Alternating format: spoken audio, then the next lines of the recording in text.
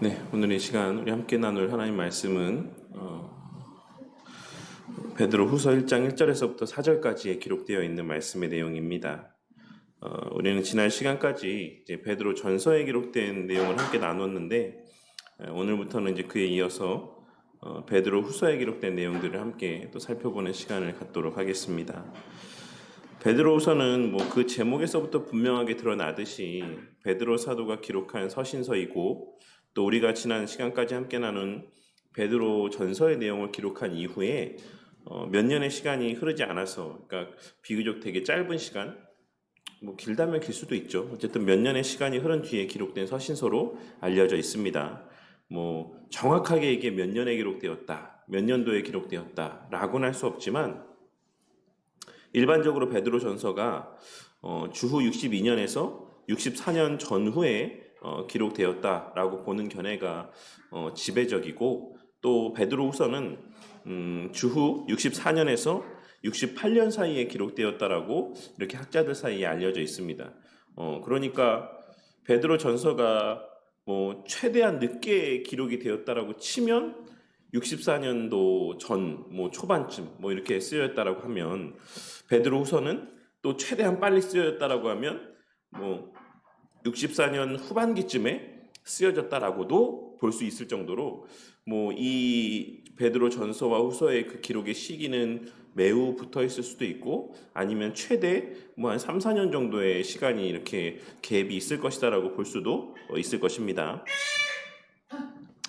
그래서 제가 이 베드로 전서의 내용을 나눌 때 이 베드로 전서가 주 64년부터 시작된 네로 황제의 핍박에 임박해서 기록되었거나 혹은 이제 핍박이 시작된 상태에서 기록되었을 것이다라고 설명을 드렸던 것을 아마 기억하시는 성도님들도 있을 거라고 생각합니다. 그러니까 베드로 전서에 기록된 상황이 네로 황제 시대의 박해가 이미 시작한 다음에 기록된 서신서일 수도 있지만, 이제 임박해서 이제 그 박해가 임박해서 기록되었을 수도 있다라고 설명을 드렸던 겁니다.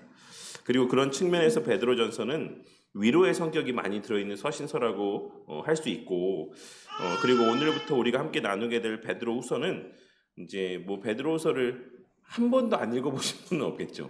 네, 한 번쯤은 다 읽어보셨을 거라고 생각합니다. 그래서 베드로후서의 내용은 우리 성도님들께서도 읽어보셔서 아시겠지만 이제 좀 경계에 대한 내용들, 그러니까 경계할 것에 대한 내용들이 많이 담겨 있는 경계의 서신이라고 이렇게 볼 수 있을 정도로 이단적인 가르침들을 경계할 것에 대한 내용들이 많이 언급되고 있습니다.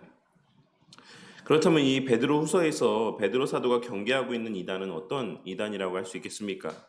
뭐 이에 대해서 상당수의 학자들은 이들이 초기 영지주의적인 성격을 지니고 있는 이단이다라고 이제 보면서 이제 그것이 아주 보편적이고 일반적인 견해다라고 할 수 있어요. 최근까지도 사실 거의 정설로까지도 여겨질 정도로 뭐 이 베드로서에 나타난 이단이 어떤 이단이야라고 하면 거의 10중 8구의 학자들은 초기 영지주의적인 이단들이지라고 이야기할 정도로 이제 그렇게 인식되어져 있어 왔습니다.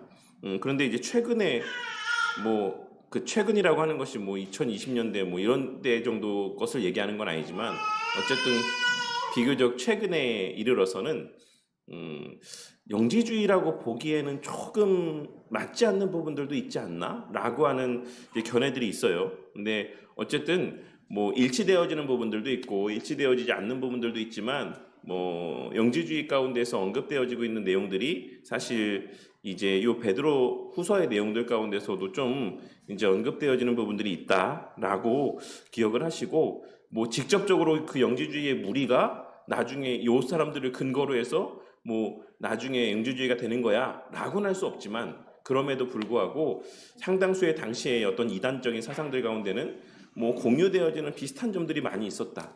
그러니까 뭐 사람들이 생각하는 게 다 비슷비슷하고, 또 하나님에 반하는 어떤 사고들이 그 인간적인 악한 본성에서 비롯된 주장들이 다 비슷비슷하기 때문에 좀 그런 맥락에서 이해를 하시면 좋을 거라고 생각합니다. 그래서 이제 뭐 그 가운데 오늘 말씀 가운데 좀 참고가 될 만한 영지주의가 갖고 있는 몇 가지 중요한 특징들을 말씀드리자면, 이들은 늘 말씀드리지만 구원을 위한 특별한 계시가 필요하다라고 주장하는 이들이 많았습니다. 그래서 이 기록된 말씀 외에, 성경 말씀 외에도 하나님께서 특별 계시로 우리에게 주시는 계시들이 있어야 구원을 받을 수 있다라고 이렇게 주장하는 이들이 있었고, 또 당시의 보편적인 철학적 사고 체계와 같이 영과 육의 이분법적인 사고를 갖고 있는 사람들이 많았습니다. 그래서 어떤 면에서 보자면 오늘날에도 좀 그런 사고를 갖고 있는 분들을 제가 보게 될 때가 있어요. 육적인 것은 악하고 영적인 것은 선하다라고 하는 이제 이분법적인 사고를 갖고 있는 모습들이 이 영지주의 가운데 있었다라는 것입니다.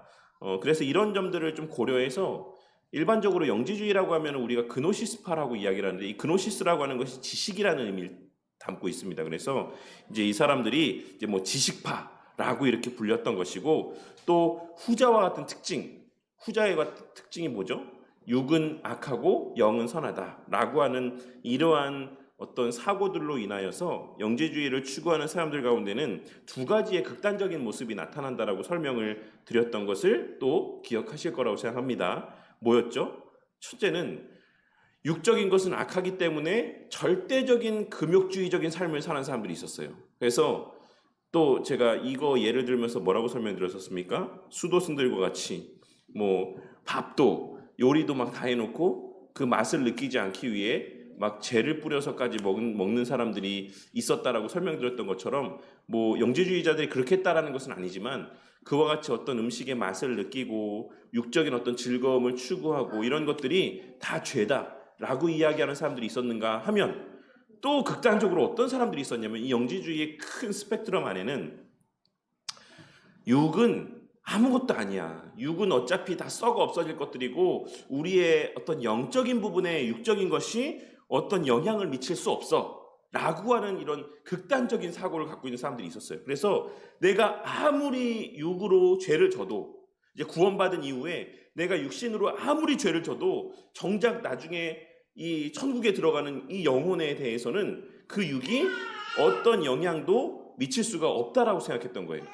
이런 사고까지 이어지는 것도 참 놀랍지만, 어쨌든 그래서 이 영지주의 가운데 있는 사람들 가운데서는 일단 영혼은 구원받았으니까 육으로는 마음대로 죄를 지으며 살아도 괜찮아 라고 생각하는 사람들이 있었고, 그래서 한편으로는 극단적인 쾌락주의를 추구하는 사람들이 있었다는 것입니다.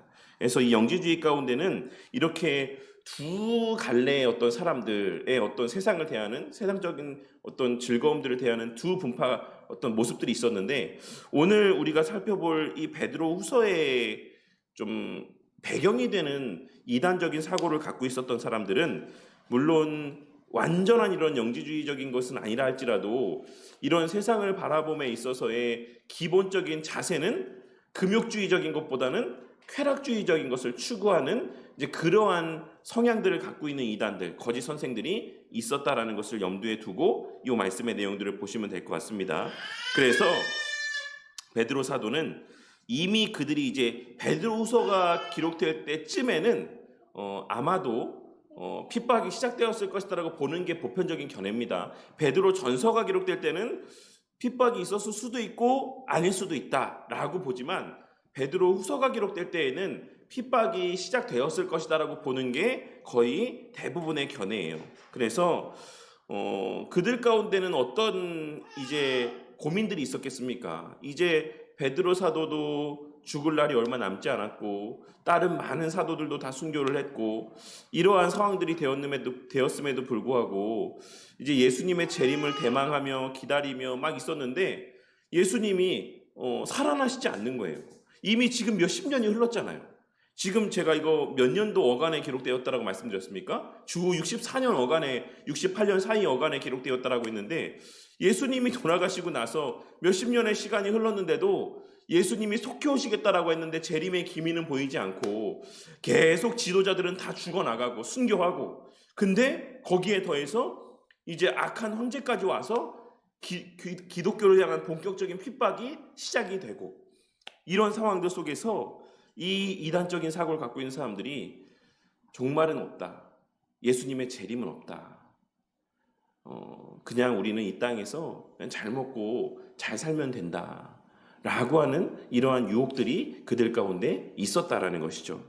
그래서 그러한 거짓된 가르침들이 안 그래도 그러한 핍박으로 인해서 신앙의 여러 가지 의심 가운데 있었던, 고민 가운데, 번민 가운데 있었던 이들에게 더욱 설득력을 주고 또 그런 성도들을 더욱 쉽게 미혹하게 될 것을 염두에 두고 그것을 이제 상정하고 베드로 사도는 이 베드로 후서를 기록했다라고 할 수가 있는 것입니다. 그리고 베드로 사도는 이 베드로 후서를 기록하고 난 후에 얼마 지나지 않아서 순교를 하게 됩니다. 제가 앞서도 지금 좀 전에도 베드로 후서의 저작 시기를 주 64년에서부터 68년 사이라고 말씀을 드렸는데 이 주후 64년에서 68년의 사이가 어떤 때와 딱 겹치는 시기인지 아십니까? 주 64년에 역사적인 사건이 있었어요. 로마에. 뭐가 있었죠? 로마의 대화재 사건이 있었습니다. 주 64년에. 주 64년 7월 18일에 로마에서 대화재가 일어났고 그 후에 네로 황제는 이제 그 책임을 다 기독 신자들에게 전가해서 그때부터 본격적인 박해가 일어납니다. 그러면 주 68년에는 어떤 일이 있었겠습니까? 세계사를 이 정도로 빠삭하게 알고 계신 분은 없겠죠? 주 68년에는 네로 황제가 생을 마감하게 됩니다. 정설에 의하면 야사가 아닌 정설에 의하면 네로 황제는 자살을 했다라고 알려져 있어요. 그래서 68년 6월 9일에 네로 황제는 스스로 목숨을 이렇게 끊게 됩니다. 그리고 학자들은 바로 이 시기 어간에 베드로 사도와 바울 사도가 죽음을 맞이했을 것이다. 로마의 대화재 사건으로 인한 기독교의 핍박과 네로 황제의 그 자살 사이의 그 어간 가운데 이제 베드로 사도도 그렇고 바울 사도도 죽음을 맞이했을 것이다, 순교했을 것이다라고 보고, 그리고 바로 이 시기에 바울 사도는 자신의 유언과도 같은 디모데 후서를 기록했고, 그리고 또 베드로 사도는 자신의 유언과도 같은 이 베드로 후서를 기록한 것으로 알려져 있는 것입니다. 이러한 배경들을 갖고 이제 오늘부터 이 베드로 후서의 내용을 함께 나누게 될 텐데, 그 가운데 오늘은 특별히 이 편지의 첫 인사말인 1절과 2절 말씀의 내용과 그리고 그 이후에 또 이 편지에서의 가장 첫 번째 언급되어지고 있는 말씀이라고 할 수 있는 3절과 4절의 말씀의 내용을 함께 좀 살펴보는 시간을 갖도록 하겠습니다. 베드로 사도는 1절과 2절에 기록된 인사말을 통하여서 이 글이 편지라고 하는 사실을 분명하게 드러내 보여주고 있는데, 이 베드로후서 전체의 내용과 형식 그리고 특별히 끝인사에 있는 부분의 내용을 통해서도 우리는 이 베드로후서가 편지구나 라고 하는 것을 쉽게 확인할 수 있긴 하지만, 이 글이 편지라고 하는 사실을 가장 분명하게 나타내 보여주는 것은 바로 1절과 2절에 기록된 첫 인사의 내용이라고 할 수가 있습니다. 그래서 당시의 여러 서신들 가운데는 이제 끝인사가 없는 그런 편지들도 있었어요. 그런데 모든 편지에는 절대로 빠지지 않는 게 있었는데 그건 바로 첫인사였습니다. 그래서 이 1절과 2절의 말씀을 통해서 이것이 편지구나 라고 하는 것을 우리가 너무나도 분명하게 확인할 수가 있는 것입니다. 그리고 이 말씀에서 우리가 좀 주목해 볼 것은 베드로 사도가 자신을 설명하면서 가장 먼저 자신을 예수 그리스도의 종이다 라고 설명하고 있다라는 사실입니다.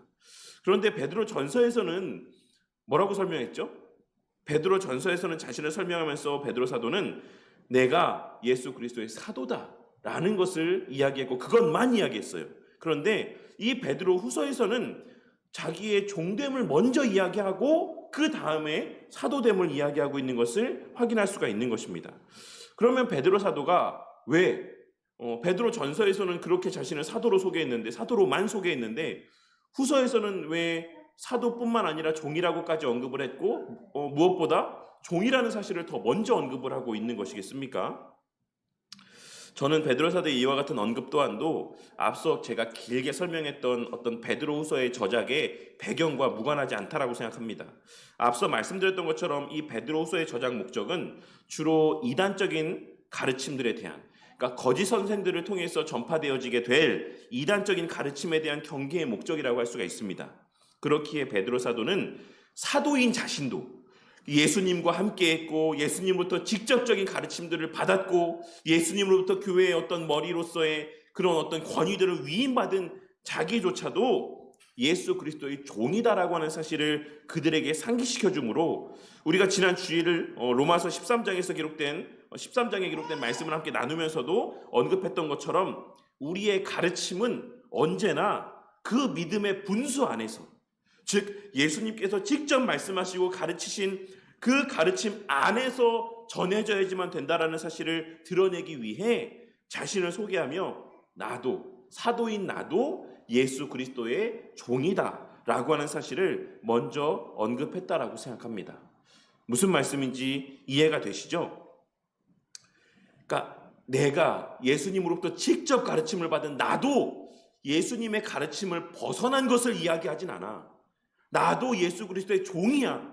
그래서 나도 그 예수님의 가르침의 그 틀 안에서만 너희들에게 가르침을 전해. 그러니까 하물며 나도 그런데 다른 그 어떤 사람이 와서 너희들에게 가르침을 전해도 그들 또한 그리스도의 종이라는 사실을 너희들이 잊지 말고 그들이 가르침을 전할 때 그 가르침이 예수님의 말씀과 부합되는지 되지 않는지, 예수님의 그 가르침의 틀 안에 있는지 아닌지 이것을 기준으로 삼아서 너희들이 분별할 수 있어야지만 돼 라는 의미가 저는 이러한 표현 가운데 담겨 있다라고 생각하는 것입니다.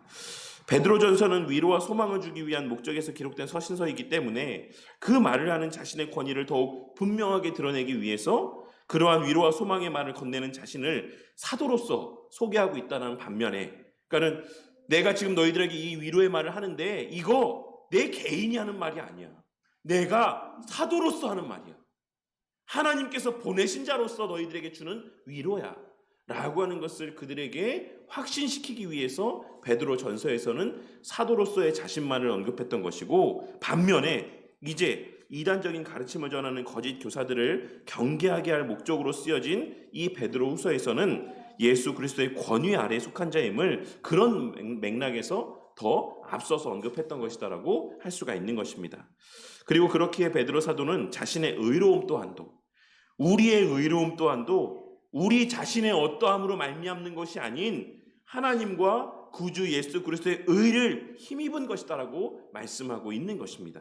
즉 우리는 우리 자신이 절대로 의로운 존재들이 아니고 하나님과 구주 예수 그리스도의 의를 힘입어 의롭다 여김을 받는 존재들이라는 사실을 그들에게 다시 한번 상기시켜 주므로, 앞서 말씀드렸던 것처럼 우리 자신 안에 비롯되어지는, 우리 자신 안에서 발현되어지는 그 무엇도 선하거나 의로울 수 없다라는 사실을 말씀하고 있는 것이고, 우리는 오직 그 그리스도 안에서 좀 더 오늘 본문의 말씀 가운데서 좀 부합되게 의역하자면 오직 그 예수님의 가르침 안에서만 의로운 행위들을 나타내 보일 수 있고 선한 모습들을 나타내 보일 수 있다라는 사실을 말씀하기 위해 이러한 칭의의 전가에 대한 내용들, 의의 전가에 대한 내용들을 말씀하고 있는 것이다라고 할 수 있는 것입니다. 그리고 그것은 이 편지를 수신하는 성도들도 마찬가지다라고 베드로 사도는 분명하게 증거하므로 이후에 거짓 교사들의 어떤 방탕한 삶에 대한 요구와 가르침들이 있을 때 그것을 경계하고 오직 예수님께서 말씀하신 바대로의 의롭고 거룩한 삶을 살 것에 대한 근거를 편지의 서두부터 분명하게 언급하고 이 편지의 내용들을 시작하고 있는 것입니다.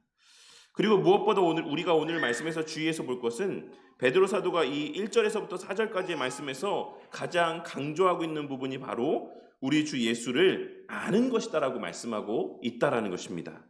그리고 여기에는 어떤 의미가 전제되어져 있냐면, 너희가 우리 주 예수 그리스도를 바르게 그리고 온전하게 안다면 너희에게 은혜와 평강이 더욱 풍성할 것이다. 너희들이 그것을 모른다면 너희들에게는 참된 은혜와 평강이 있지 않을 것이다. 너희에게 우리 주 예수 그리스도를 바르고 온전하게 아는 지식이 있다라고 한다면 너희는 결코 종말에 대한 의심과 불신 가운데 살지 아니하고 그로 말미암는 지극히 현세주의적이고 방탕한 삶을 살지 아니하고 육신의 쾌락을 쫓는 삶을 살지 않을 것이다 라고 하는 의미가 함의되어져 있다라고 할 수 있습니다. 그렇게 베드로 사도는 이어지는 말씀에서 그의 신기한 능력으로 생명과 경건에 속한 모든 것을 우리에게 주셨다라고 말씀하고 있는데, 여기서 말씀하고 있는 신기한 능력이라는 표현은 뭔가 되게 좀 마술적이고 어떤 기이한 어떤 이런 현상들을 좀 이렇게 떠올려지게 하는 표현으로 번역이 되어 있는데, 이것은 정확하게는 신적인 능력이라는 의미입니다. 그래서 하나님께서 그의 주권적이고 절대적인 능력으로 당신의 백성들에게 생명과 경건에 속한 모든 것을 주셨다라고 말씀하고 있는 것입니다. 그렇다면 여기서 베드로 사도가 말씀하고 있는 생명과 경건은 무엇을 말씀하고 있다라고 할 수 있겠습니까? 이미 우리 성도님들은 뭐 다 잘 알고 계시지만 제가 요즘에 화요일마다 이제 우리 교회 오셨던 송영재 교수님에게 게알더 보스 선생님의 성경신학이라는 아주 무시무시한 책을 뭐 정말 몇 번을 읽어도 이해할 수 없다라고 평가되어지는, 그래서 대다수의 이제 목사님들이 번역자를 그렇게 욕을 하게 된다는 이제 그런 책을 배우고 있는데, 이건 뭐 되게 조심스러운데, 왜냐면 그 번역자 중에 한 분이 저희 신학교 교수님이시거든요. 이승우 교수님이신데, 이승우 교수님 번역이 좋습니다. 근데 어쨌든 책 자체가, 왜냐하면 이 보스 선생님이 화란 사람이잖아요. 그래서 그 영어가 모국어가 아닙니다. 그래서 우리가 일반적으로 그 모국어를 쓰시는 분들의 글의 표현과 그것을 외국어로 쓰시는 분의 글은 좀 달라요. 그래서 그분이 쓰시는 그 영어의 표현들이 되게 원체도 이해하기가 힘들다 하더라고요. 근데 어쨌든 이런 각설하고 그 송영재 교수님부터 이 게알더 보스 선생님의 성경신학 책을 배우고 있는데, 그 책에서 보스 교수님이 말씀하고 있는 중요한 내용을 몇 가지만 말씀드리자면, 첫째로는 우리 성도님들도 잘 알고 있으신 것이지만 성경은 구속사적인 관점에서 쓰여졌다.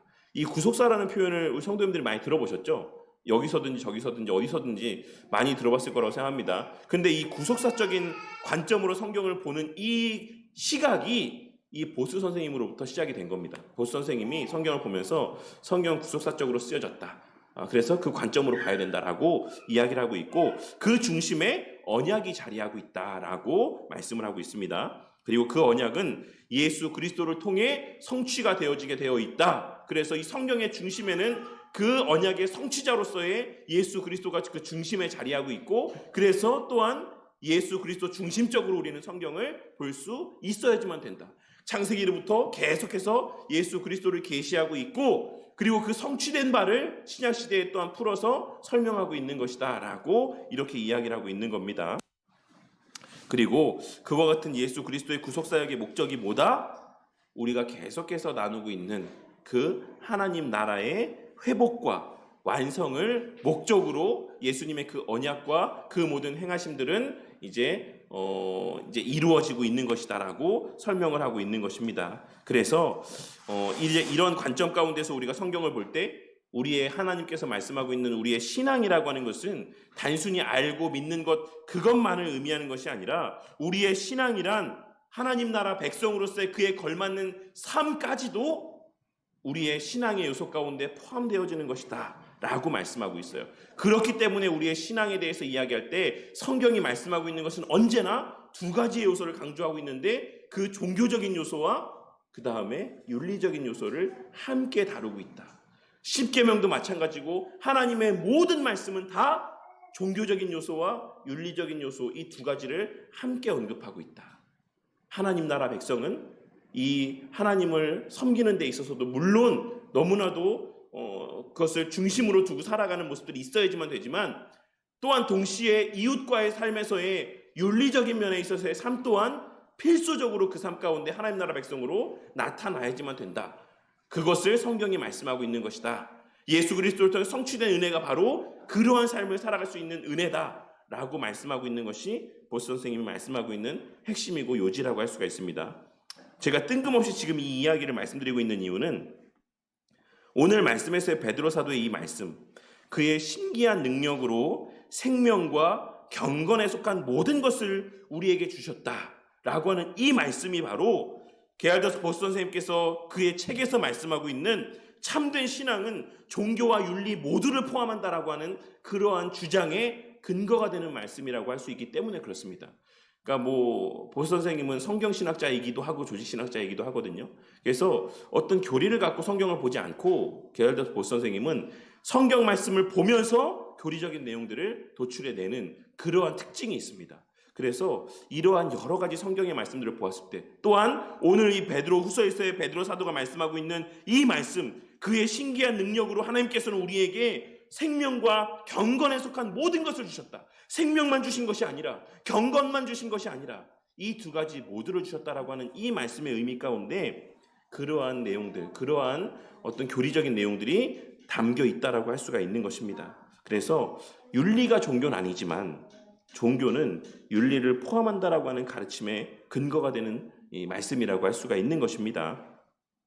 그러니 베드로 사도는 이 말씀을 통하여서 당시에 이제 무율법주의적이고 쾌락주의적인 삶을 강조하고 가르치는 거짓 교사들의 가르침들이 왜 잘못됐는지, 왜 그리스도인들이 그렇게 살 수 없는지, 왜 진정으로 거듭난 자들이 그렇게 살 수 없는지를 이 서두에서부터 너무나도 분명하게 지적하고 있는 것이다라고 할 수 있는 것입니다.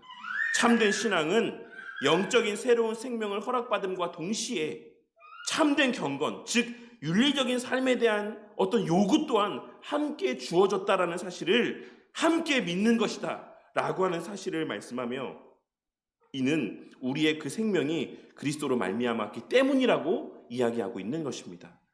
그러니 우리가 그 예수님을 안다라고 한다면, 우리가 우리의 생명의 근원 되시는 예수님이라는 분이 어떤 분이신지를 분명하게 안다면, 그 예수님으로 말미암아 우리가 구원의 은혜를 받아 누리게 되었다라는 것을 우리가 정말로 안다면, 우리는 그 그리스도의 영원한 생명뿐만 아니라 그가 이 땅에서의 삶 가운데 나타내 보이신 경건하고 거룩하며 윤리적인 어떤 삶을 나타내 보였던 것, 참된 이웃사랑의 삶을 따라 어떤 삶의 본을 나타내 보여주셨던 그런 모습 또한도 우리는 반드시 또 따라서 순종하며 본받으며 살아가야지만 된다라는 사실 또한 알게 되고 믿게 될 수밖에 없다라는 사실을 말씀하고 있는 것입니다. 그리고 4절 말씀을 통하여서는 그런 과정이 필연적이라는 것을 말씀하고 있는데, 4절에서의 말씀은 그렇게 하면 그 보배롭고 지극히 큰 약속이 주어질 것이고 그것을 누리게 될 것이다 라고 하는 식의 어떤 조건적인 의미의 말씀이 아닌, 하나님의 약속하신 그 놀라운 특권들은, 그 은혜들은 반드시 그런 과정을 통해 누려지고 만끽되어진다라는 사실을, 그 원리적이고 필연적인 어떤 과정으로서의 사실에 대한 말씀을 이야기하고 있는 것으로 우리는 이해할 수 있어야지만 됩니다.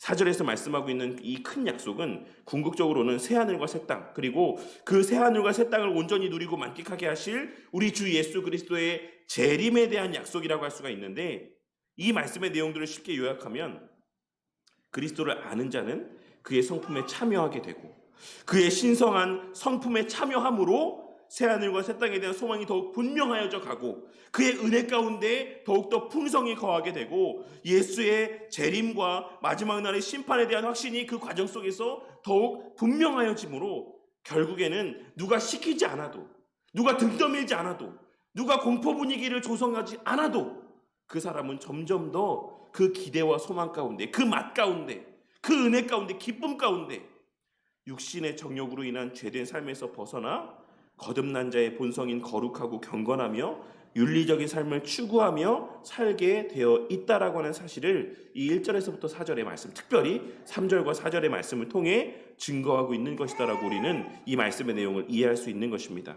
그리고 이 모든 것은 결국 하나님과 우리 주 예수 그리스도를 바르게 그리고 온전히 알면서 비롯되는 것이다 라고 말씀하고 있는 것이고, 그렇게 우리는 이후 베드로 사도가 이 베드로후서에서 무엇을 강조할지, 어떤 것을 중심으로 이 베드로후서의 내용을 전개해 나아갈지를 우리는 짐작해 볼 수 있습니다. 무엇이겠습니까? 바로 우리 주 예수 그리스도를 바르게 아는 것, 그리하여 예수 그리스도에 대한 온전한 가르침을 이제 이 베드로후서 가운데서 이제 다루어 갈 것이다라는 사실을 우리는 이 서두의 내용들을 통해 짐작할 수 있는 것입니다.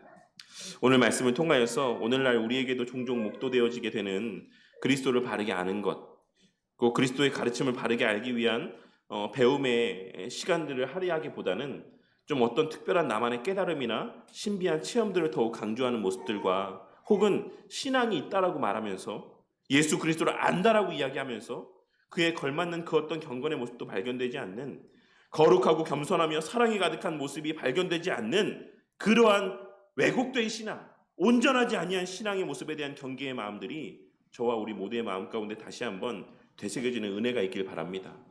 당시에 이 편지를 읽는 자들에게도 발견되어지는 모습이지만, 오늘날 이 시대에도 우리의 아내는 아유 예수님 오시겠어?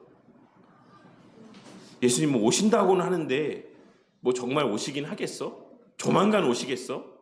뭐 오늘 오시겠어? 라는 어떤 이런 마음들이 오늘날 이 시대를 살아가는 성도들의 마음 가운데 자리하고 있는 것을 보게 될 때가 너무 많습니다. 10명의 그리스도인들이 있다라고 했을 때 그 가운데 아 주님 정말 오늘은 오시겠지. 조만간 오시겠지. 속히 오시겠지. 이러한 기대 가운데 살아가는 자들보다는 뭐 내 때는 안 오시겠지. 뭐 오시긴 오신다고 하더라도 한참 뒤에 오시겠지. 혹은 안 오시는 거 아니야? 라고 하는 마음을 갖고 살아가는 그리스도인들을 발견하기가 더 쉬운 그런 그리스도인들이 더 많은 그런 어떤 기형적인 시대를 우리는 살아가고 있는 것입니다. 하지만 오늘 말씀을 통해 저도 그렇고 우리 성도님들도 그리스도의 종이라고 하는 사실을 다시 한번 깨닫고 마음 가운데 새기는 은혜가 있길 바랍니다. 그리하여서 우리의 마음 가운데 혹여 우리의 생각대로 우리의 의지대로 우리의 가치대로 성경 말씀을 왜곡하고 잘못 받아들이고자 하는 어떤 그러한 모습들 속에서 주님께서는 뭐라고 말씀하셨는지 성경 말씀 가운데는 무엇이라고 기록되어 있는지를 다시 한번 되새겨 볼 수 있는 저와 우리 모두가 되기를 바랍니다. 예수님께서는 분명 속히 다시 오시겠다라고 말씀하셨습니다. 그리고 그 예수님께서는 우리의 삶 가운데 거룩하고 윤리적인 삶에 대한 요구들을 우리에게 명하셨다라는 사실을 늘 명심하고 살아가는 자들이 되길 바랍니다. 우리가 그리스도 안에서 구원을 받았다라고 한다면 우리가 지난 주일 오후에 신학강좌 시간에도 나누었던 것처럼 그 그리스도 안에서 그리스도로 말미암는 그 경건한 삶과 거룩한 삶, 윤리적인 삶에 합당한 그 능력들 또한 그 그리스도 안에서 지금 우리에게 부어지고 있다라는 사실 또한 믿어지는 은혜가 있으시기를 바랍니다.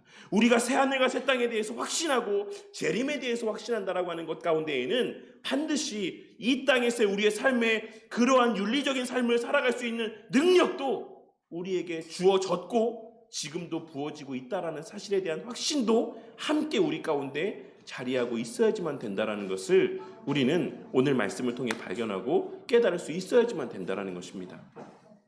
하지만 반대로 우리 안에 새하늘과 새 땅과 또 예수님의 재림하실 것에 대한 이미 임한 하나님의 나라에 대한 분명한 인지와 자각이 없다라고 한다면 우리는 우리에게 부어지고 있는 그 그리스도 안에서의 능력과 은혜들 또한도 인지하지 못하고 살아갈 확률이 높다라고 하는 것을 우리는 깨달을 수 있어야지만 될 것입니다. 새하늘과 새 땅을 멀리만 있는 것으로 여기는 자들에게는 사실 그 윤리적인 삶 또한도 우리가 어떻게 그렇게 살 수 있어? 우리가 어떻게 사랑할 수 있어? 우리가 어떻게 그렇게 윤리적인 어떤 구별된 거룩한 삶을 살 수 있어? 라고 하는 어떤 우리의 신앙에 대한 불신과 왜곡된 모습들이 자리할 수밖에 없음을 깨닫게 되는 은혜가 있으시기를 바란다는 것입니다. 이러한 사실들을 깨닫고 앞으로 또 이 베드로후서의 내용을 통해서 우리 교회가 우리 주 예수 그리스도를 다시 한번 더욱 온전하고도 풍성하게 알아감으로 그로 말미암아 우리에게 새하늘과 새 땅에 대한 소망이 더욱 커져가고 우리 예수님의 재림에 대한 기대와 확신이 더욱 분명해져가는 은혜가 있길 바랍니다. 그리하여서 억지로 마지 못해서가 아닌 목사가 막 강단에서 저주하고 막 협박하고 그렇게 살아보십시오. 저주받습니다. 막 이런 어떤 이러한 공포 분위기를 조성하여서 마지못해 등 떠밀려서 어떤 순종의 삶과 윤리적인 모습을 나타내 보이는 것이 아닌 그리스도를 알아감으로 말미암아 그리스도를 바르게 알아감으로 말미암아 그러한 알을 통해 누리게 하시는 또 살아가게 하시는 경건의 복과 그 신성한 성품에 참여하게 되는 복이 날이 갈수록 저와 우리 모든 성도님들의 삶 가운데 자연스럽게 발현되어지는 은혜가 있기를 바랍니다. 그리하여서 서로를 향한 신적 성품의 발현으로 우리 바른교회 공동체 안에 정말 교회 안에서 여느 교회와 같이 나 저 사람 때문에 신앙생활 못하겠다. 저 사람 때문에 교회 못 다니겠다. 라고 하는 마음들보다는 아유, 내가 목사는 마음에 안 들어도 저 성도 때문에라도 내가 이 교회를 못 떠나겠다. 내가 저 성도 봐서라도 열심히 진짜 신앙생활 잘해야 되겠다. 라고 하는, 물론 그래서는 안 되겠지만, 목사도 좋게 모셔야 되겠지만, 그러한 참된 사랑과 또 겸손한 섬김이 날마다 온전히 풍성하게 드러나는, 그렇게 사랑 안에서 더욱더 견고한 한몸된 교회를 이루어가는 우리 바른교회 공동체의 2025년에 또 새해가 되기를, 앞으로의 우리의 발걸음이 되기를 주님의 이름으로 간절히 축원합니다.